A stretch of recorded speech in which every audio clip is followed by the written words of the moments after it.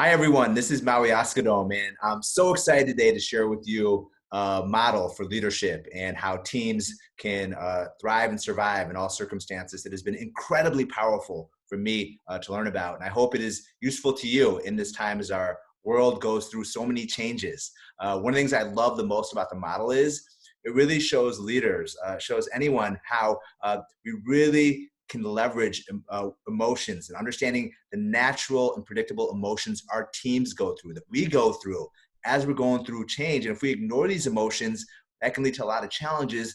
If we understand the emotions and leverage them to help our teams grow and to be compassionate to our team while we also inspire our team, this model can be tremendously helpful to you. And we are lucky today to have the creator of the model, my very good friend, Steve Ritter. He's a best-selling author. He's someone I've partnered with in business many times. And he also has a tremendous consulting business where he's helped organizations of all backgrounds grow using this model that's called Team Clock. And so, Steve, my friend, I will let you take it away from here. Thanks, Maui. I am happy to share this model. This has been an unbelievable couple of weeks for all of us. And we've seen examples of sacrifice and resilience and innovation in ways that I never expected would occur when I was doing this work. But it actually has reinforced the way we understand the model. So let me just begin by saying that it's called a team clock because we understand that teams are always moving through cycles. And so we use the clock as a graphic image for understanding that there are stages. So at each number around the clock, there's a stage that the team is going through, and teams are moving through these stages all the time. So let me move down to 6 o'clock because it's an important place to begin in the conversation. 6 o'clock is what we call attachment. And attachment is our connection to each other, a connection to our families, a connection to our values, a connection to the mission or vision of an organization. And the reason the dots get bigger as you go down in the model is because not every attachment is the same. The larger the dot, the larger the attachment. On the opposite side at 12 o'clock is what we call loss. And loss can be your favorite sports team didn't win their game. Loss could be yesterday was opening day in Chicago, and I've been to every opening day for the last 30 years, and I wasn't able to go see my beloved White Sox yesterday. But loss can also mean my business is struggling, or loss can mean I can't see my loved ones right now because something awful has happened as a global pandemic. The bigger the dot, the bigger the loss. And the important thing about here is the relationship between these, that we understand that the greater our attachment to each other, to our businesses, to our teammates, the greater the losses experienced emotionally when we go through times like this. And Steve, that's why I think this model is so relevant for today when everyone is suffering some kind of loss. I mean, we're seeing so many changes. We can't do the things we were used to doing. And how do we react? How can we move forward knowing that this is happening all around us? Well, one of the ways of moving forward is to understand that we're always in part of the cycle. So if we move over to what you just described, we have connections with coworkers and with our leadership and with our families and our neighborhoods. And that is usually the form of some level of dependence or interdependence. And that can be a dependence on each other or dependence on a common goal or mission. And the bigger the dot, the bigger the buy-in is to that relationship. And on the other side, we have independence. And the greater the dot, the bigger the dot on that side, the more creative and innovative and we can be when things aren't the way we thought they were going to be. And so when you look at those together, there's a relationship between dependence and independence. The greater the foundation we have on each other or on our mission and values and goals and vision, the stronger the support we have for being creative and exploring new ways of doing things and being innovative when uncharted times are in front of us. Yeah, Stephen, I think again, what's really gotten everyone from an emotional perspective too is that we were all depending on certain things, on being able to go outside, for example, or being able to do spring break a certain way, or being able to engage with our customers a certain way. I thought I could meet with you in an office together. We're doing this over Zoom, and we had a certain level of independence too, right? That we all kind of shared and enjoyed. And now countries are shutting their borders. States are issuing no travel zones. Schools that were previously, you could go to the brick and mortar school, all of a sudden can't depend on the building. And you have to, so this tremendous change in what we can depend on, again, it can be very unsettling for all of us emotionally. So how does this come together, Steve, for us to understand the emotions that we feel as we go around this clock? Well, so the entire spectrum of emotions is ignited at times like this. And so there are going to be times when you feel frustrated. And there are times when you feel appreciative of the things that you do have when everything else isn't going well. And there are times that you're going to feel anxious, and there are times when you're going to feel depleted and sad. And those emotions correspond with the stage of the cycle we're in. And as you just described, many of us are in the stage that we call distancing. But let me move toward that. So, whenever this passes, whenever the new normal is defined in some way for ourselves, for our health, for our families, for our businesses, for our livelihoods, we're going to be reinvesting in new ways of doing things. As you and I found setting up this Zoom call, that was sometimes frustrating because we're not totally technology fluent, but we're having to find new ways of meeting. And the investment stage can be frustrating because there's different ways of seeing things and there's different conditions out there for us. So frustration is a normal emotion during an investment or reinvestment in new circumstances. And then, as you can guess, when things level out a little bit and things get back to whatever the new normal is going to be, people collaborate, people connect, people hold themselves and each other accountable. And that brings a level of trust that causes us to have a happy face. And usually that allows us to have a foundation underneath us to be creative and to be innovative and to try new things. And oftentimes there's some apprehension or anxiety that comes with that. And when change happens because of what we've created, or when change happens because the world has changed, we go into what we call a distancing phase, which we understand is depleting emotionally and can make us feel sad and can have some grief and mourning associated with it.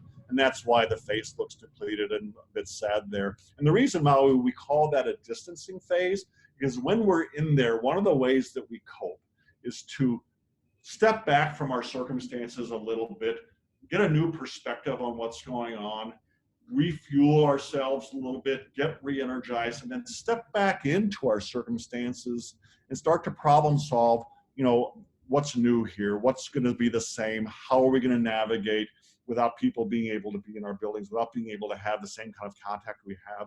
And so the distancing phase is a place that most people are finding themselves these days. And besides feeling depleted and besides feeling some sense of mourning or grief or loss, it's a time to step back, reassess, gain perspective, step back in, refuel, and get to work on whatever our next stage is going to be. I see. That makes a lot of sense, Steve. And I'm seeing this in so many conversations I'm having. I was talking to a neighbor, I had that social distancing, right? But I was talking to a neighbor recently who is in 8th grade, and she was telling me that she's mourning the fact that she's not going to go on the 8th grade cruise with her classmates. She's invested in relationships with her classmates. She has a certain level of trust in them. They've innovated, had a lot of fun for 3 years in middle school, yet the rituals around finishing middle school that she was expecting, that she thought were going to be there for her. We're seeing this at the high school level with prom and so many other things, with athletes who thought they were going to participate in sports. In colleges, my alma mater and most schools have shut down. And of course, with businesses, Steve, I have so many friends who are business owners who have told me, look, my revenue went down by 95% this last week. Like that's a ton of distancing for me to take in. How do I invest in my team now with this level of change? Other folks have had demand surge beyond what they expected. So the change can be on the positive or negative, whatever it might be, right? But there's people have, so Steve, what do people do? You've worked with, for decades now with groups and walked them around this clock, this predictable cycle that occurs during change. Can you go a little deeper for us and walk us through what can we do at times like this at each of these quadrants and phases? I certainly can. And the key point that you made is that it's always a cycle, that we don't move through this linear trajectory of starting here and ending here and now the game is over. We cycle through these things over and over again. And so when we move through the changes we're in now, we're going to be in an investment phase again, and it'll be a reinvestment phase. And the circumstances may be different than they've ever been before.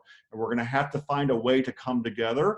And we're going to have to find a way to redefine or re-anchor our vision and our mission and our values. We're going to have to find a way to invite different ways of looking at things into the room for conversation that may bring some conflict or disagreement or frustration into the room, but that's part of getting re-energized for whatever the new normal is going to be moving forward. And that always leads to a stage in the cycle that is most marked by trust and collaboration and accountability and connection. And that's that smiley face. It feels good because we're able to take the work that we did in reinvesting and really bring it together and build a foundation of trust that allows us to now continue to grow and continue to innovate and continue to explore new ways of moving through the world that maybe learn the lessons of the things that we've just been through. And then there will be more change. Some of that change is change that we will create. Some of that change that will be change that happens to us that we have to know how to react to. And we'll know from previous experience that there's a need to go ahead and mourn that loss. And there's a need to go ahead and get refueled and get perspective, and a need to realize that, guess what, it's going to keep cycling and this will pass, and we're going to be able to go through the cycle over and over again. So in a nutshell, Maui, always know in what stage you are in, and always know why you're in that stage, and that will tell you what you need to do to keep moving forward. I couldn't agree more. If you're in the distancing phase, you need to do different things to move forward than if you're in the innovation phase or trust. Now, Steve, you raised a good point. You were saying that it's important for leaders and for all of us to step back, and think about the new situation and take time to do that before we step into the new reality. What happens if we skip it? What happens if we're like, you know what, I just got to go, and I'm not gonna, I'm gonna ignore a phase, for example, like distancing. I'm gonna pretend this didn't happen and just jump right into investment. What happens to a team if they do that?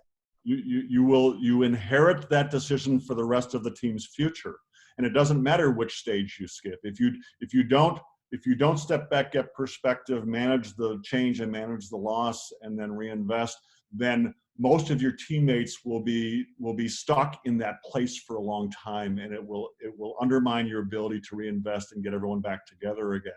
If you skip the investment stage, then you're not anchoring the values and the mission, the things that hold you together, that feed your ability to be collaborative and to have trust. If you skip this trust stage, you don't have the foundation you need to be able to innovate and be creative and try new things. And if you skip the innovation stage, you're not advancing anything. It just creates a very natural ability to stay stuck. And what the most resilient, adaptive, innovative teams that I've seen in the decade that we've been offering this model to 300 plus teams across the world is that if you want to be kind of trusting and happy and innovative all the time, you have to acknowledge the need to manage the distancing phase and invest in that phase in order to create the foundation necessary to have the fun parts that come along with that. Got it. Well, Steve, this is so powerful and helpful. I would imagine that most folks watching this can think about their own life and ask these questions you have. What stage am I in with the various teams? What stage are you in, viewer? And why are you in this stage, viewer? And, what does your team need to do to move forward? Like, what is it that you can do to help your team move forward? Maybe a case study from you, Steve, where you share about a particular client that you're talking to right now, or a leader or CEO, could be helpful to people to understand what they could do. Do you have a story you can share with us, Steve? Oh, I have dozens. I've seen amazing things over the last week or two. I wish we had the time to go through all of these stories. The one that stands out to me most is a leader of a large firm, a large global firm. And the reason I choose that is because not that a small business, the stakes are any less important than a large business, but if you're employing thousands of people across multiple locations in many countries, the leader feels the weight of each of those employees' families. And so the scope and the scale grows big. And so one of the organizations we've worked with for a long time, I've been coaching the CEO to think about how he wants to communicate what's going on to 5,000 employees in 50 plus locations over 3 countries. And he was having his own weight. He has his own family situation. He has his own concerns about the survivability of the business. He has a group of partners and board members to report to. And so he took the time to step back, and he took the time to really think about what people need to hear right now. And he thought about his talking points. And he thought about the message and the timing of the delivery of the message. to his partners and across the entire organization. And the approach resulted in his leadership team stepping up to the plate and his employees feeling like the firm had invested in them at a time when they needed it most. And so, as the global situation continues to unfold over the days and the weeks and the months that are ahead, his leaders and his team across this large organization feel like they have some help in navigating these uncharted waters.